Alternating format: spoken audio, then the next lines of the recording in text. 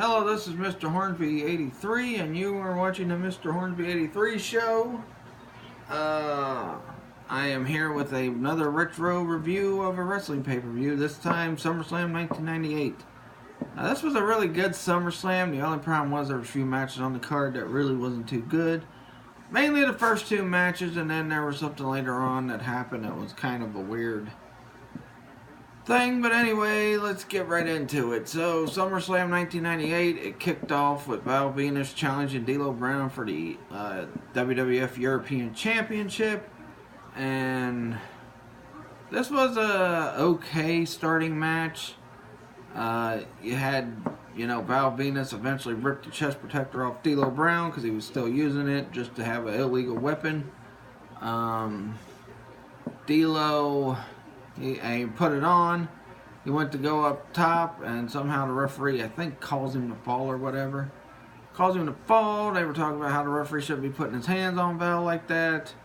Eventually, this match ended with Val, putting his hands on the referee disqualifying him for D'Lo Brown to retain the European Championship. So next up, we had the oddities, but oddly enough, well, first we had an interview for Mankind because the Sunday Night Heat before that year's SummerSlam went off there with Stone Cold Steve Austin smashing up Hurst, who he thought was Undertaker and Kane's, but it ended up being Mankind's, and he was real upset and devastated about it and just having a fit. But the oddities did not get their entrance, which was kind of weird because, in other releases they've had of SummerSlam 98 from WWE videos and that, they've always had the ICP in there, but they didn't play the entrance this time, and ICP was there at the event, and they came out with the oddities singing their song for the oddities. So it was a pretty weird reason. I don't know, maybe it was copyright issues. I don't know, maybe they didn't have the rights to the song no more, who knows. This match was okay. The oddities took on Kai and Tai. Pretty much the group was led by Taka Michinoku because he turned heel not too long before this. And yeah, this match was pretty decent. I believe the oddities did get the win, but it might have been Kai and Tai by cheating. In fact, yeah, I think it was Kai and Tai by cheating, but then the oddities just started beating the crap out of them, so there you go. Next up was X-Pac versus Jeff Jarrett in a hair versus hair match. So this feud had been building up for a while. Also, I think a week or two prior to this SummerSlam, Jeff Jarrett had shaved Howard Finkel's head, and that somehow made X-Pac mad, so he went after Jeff Jarrett. Or he did it out of frustration because, Howard Finkel was rooting for X-Pac or something. I can't remember. It was 20 years ago, so. Anyway, and if you didn't notice, Jeff Jarrett's always had kind of a clean-shaven baby face. But right before this match starts, you notice he's growing a beard and all that. And this match was a pretty good match. Southern Justice kept trying to interfere, but X-Pac overcame the odds and ended up beating Jeff Jarrett and cutting Jeff Jarrett's hair. First, Jeff Jarrett tried to run away, but Road Dogg and Billy Gunn came out to stop him. Well, Southern Justice came in and started beating the crap out of X-Pac. Road Dogg, Billy Gunn came out, and then Draws and a couple other faces at the time came out and held Jarrett down while X-Pac was shaving his hair off. And it was pretty funny that Jeff Jarrett got beat by his own guitar in this match. But, yeah, this was a pretty decent match. Not actually pretty good. Pretty good match. Beats the first two matches because the first two matches were just, I'd say decent for the second match, but the first match I'll say okay. So next up was, I believe, Mankind defending the tag team titles in a 2-on-1 contest. Well, there was also a Stone Cold interview spot in this pay-per-view too, but he was defending the tag team titles because Kane said he wasn't. Well, the rumor was that Kane wasn't there, but he really was. So he was defending the tag titles by himself. And oh no! Oh, I just screwed up. Actually, it was the Lions Den match, so I apologize for that botch right there. It's the Lions Den match between Owen Hart and Ken Shamrock. This has been building up for quite a while. Dan Severn was involved, but at the end of this match, Severn ended up abandoning Owen, so I think it was ultimately supposed to lead to a big-time Severn-Shamrock feud, which really never happened. I don't know why. They both were coming from UFC, and I don't get it, but anyway, this match was it was decent at best. Fans were chanting "Boring" during this whole match. Shamrock did win the match by making Owen tap out. At first, it looked like Severn was going to throw in the towel for Owen, but then he jerked it away and said, "Screw you, Owen, I'm out of here." So, yeah, that match happened. Now, it was the, Mankind defending the tag titles by himself against the New Age Outlaws. Now, the New Age Outlaws and DX had been faces for a while at this point. So, what they did at the end of the match was kind of weird. Now, this match was pretty good for it being a 2-on-1 handicap match, pretty much. Mankind showing he can handle the Outlaws by himself. And it ended with, Billy Gunn and Road Dogg, doing a double pile driver. It was either on a chair or on a table. I think it was a chair. Did the double team pile driver to beat Mankind for the tag titles. Then afterwards, Road Dogg takes the mic. It was one tag belt. I guess they got the other one later because Billy Gunn came out with the other one later on in the pay-per-view, which I'll talk about here shortly. But anyway, Road Dogg gets on the mic, says, "New World Wrestling Federation Tag Team Champions," is where the little stick Road Dogg would do. Then Billy Gunn was kind of acting heelish, talking about, don't you ever dare think you could take on the Outlaws alone," or something like that. So they took him and threw him in a dumpster, and the fans were kind of booing. I'm like, well, these guys are supposed to be faces, and then they're acting like heels like they did when they took on Chainsaw Charlie and Cactus Jack earlier in the year at WrestleMania.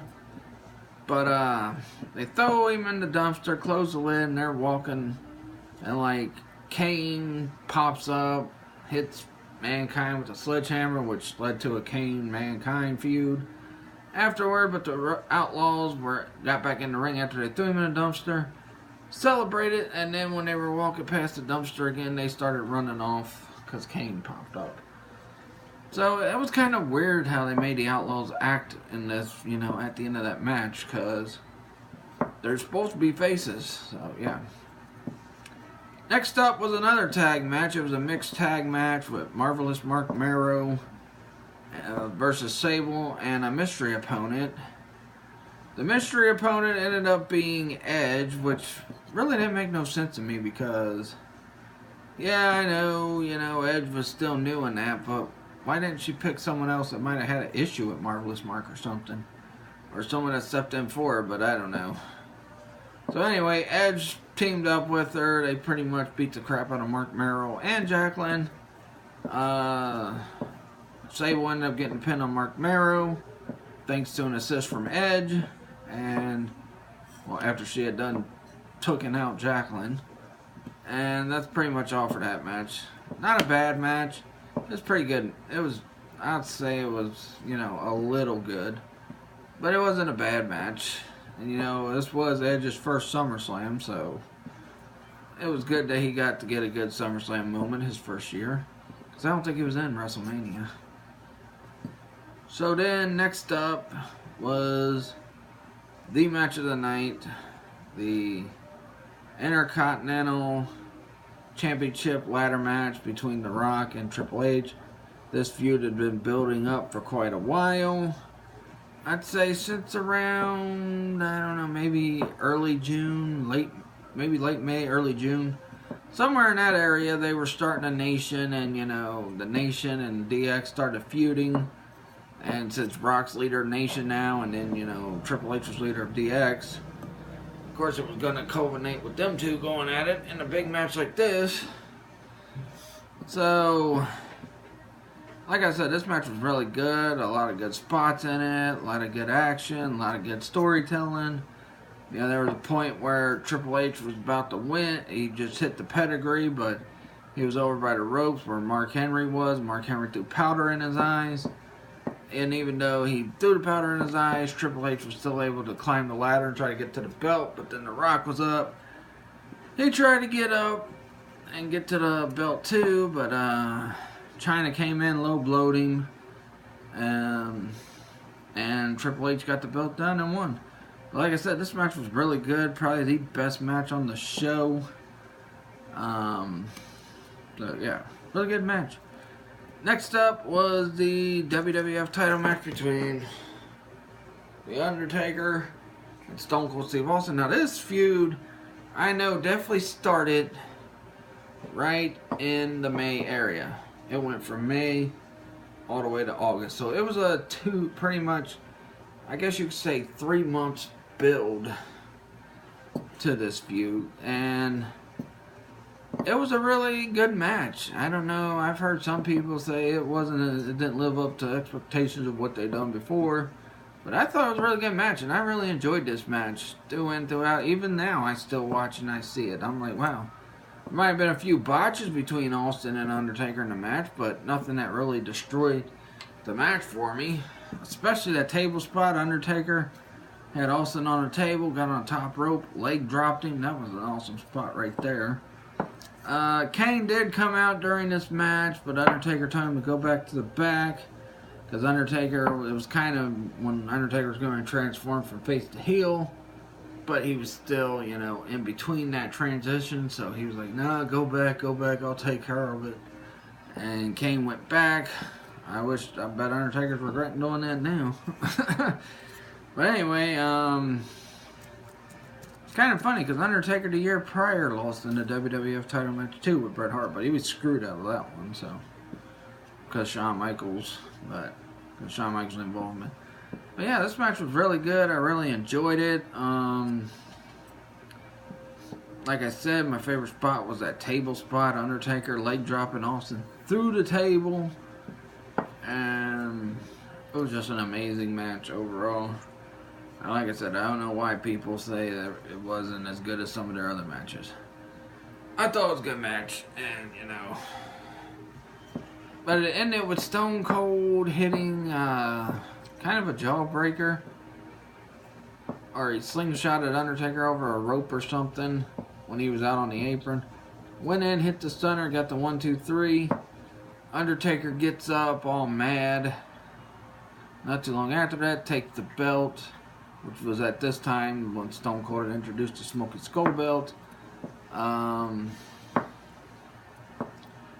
there for a minute, it looked like he was going to hit Austin with it, but he ended up handing it to Austin, shaking his hand, and walking out. Then Kane came back out, and they stood there watching Stone Cold while he was celebrating his big victory. The next month, he did lose the title at that Breaking Point pay-per-view, which that's when they went full-on heel, him and Kane. But Undertaker went even further at the next pay-per-view after that. So, But yeah, overall, this was a good pay-per-view. I did not like the first 2 matches. I didn't like them too much. But the rest of the matches, including the Sable Edge against Mark Merrow, Jacqueline, I liked them all. So, overall, I'm going to give this pay-per-view a 5 out of 5. Very good pay-per-view. Yes, there was some matches that could have been off the card, and I didn't like the fact that they took out the ICP part with them coming out with the oddities. I thought that was stupid and strange, but it's not. Hey, Copyright issues. Copyright issues hits everybody, I guess. But yeah, that'll do it for this one. Tomorrow, I'm doing a Facebook Live and YouTube, and I'm doing a YouTube earlier in the day, and then I'll be doing a Facebook Live late. I'm going to do my theory about Jesse from Nightmare on Elm Street Part 2, and how, you know, he might have just been... possibility, I might think he might have been just imagining Freddy throughout the whole movie. I'll talk more about that on my YouTube video tomorrow. Catch you guys later. Peace out.